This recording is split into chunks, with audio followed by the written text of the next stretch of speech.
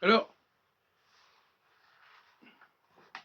je suis en train de lire un peu la littérature produite par l'Église de l'Unification, la Fédération pour la paix mondiale. Enfin, il y a plusieurs noms qui ont été utilisés. Et c'est intéressant de voir comment le christianisme, la Bible, a été adaptée, a été comprise dans un contexte coréen.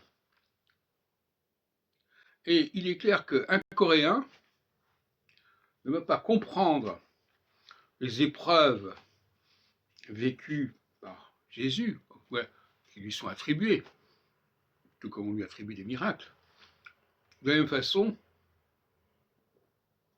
qu'un Européen, et même un Coréen d'aujourd'hui ne comprendra pas les textes de la même façon que dans les années 50.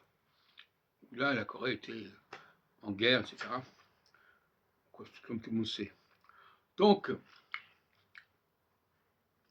il est toujours intéressant de resituer les choses, mais le problème, c'est quand on veut appliquer un document qui a été fait dans certains contextes à un autre contexte qui est totalement différent.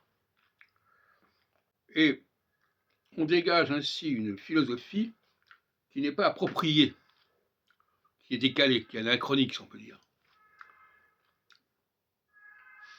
Quand on lit un texte, il faut le resituer dans son temps.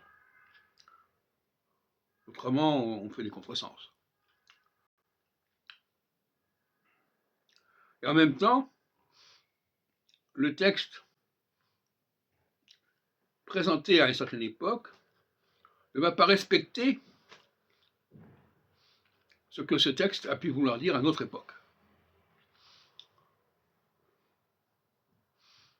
Et il est facile, il est tentant de projeter sur une époque ce qui a été exposé à une autre époque, et inversement.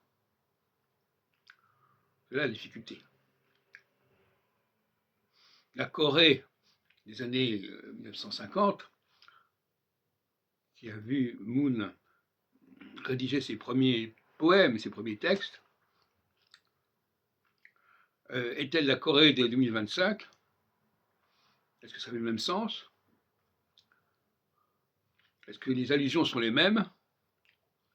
Et surtout, est-ce que l'utilisation des évangiles par les Coréens, et par ce Coréen en particulier, dans les années 50, est-ce qu'elle est applicable et utilisable pour des périodes ultérieures?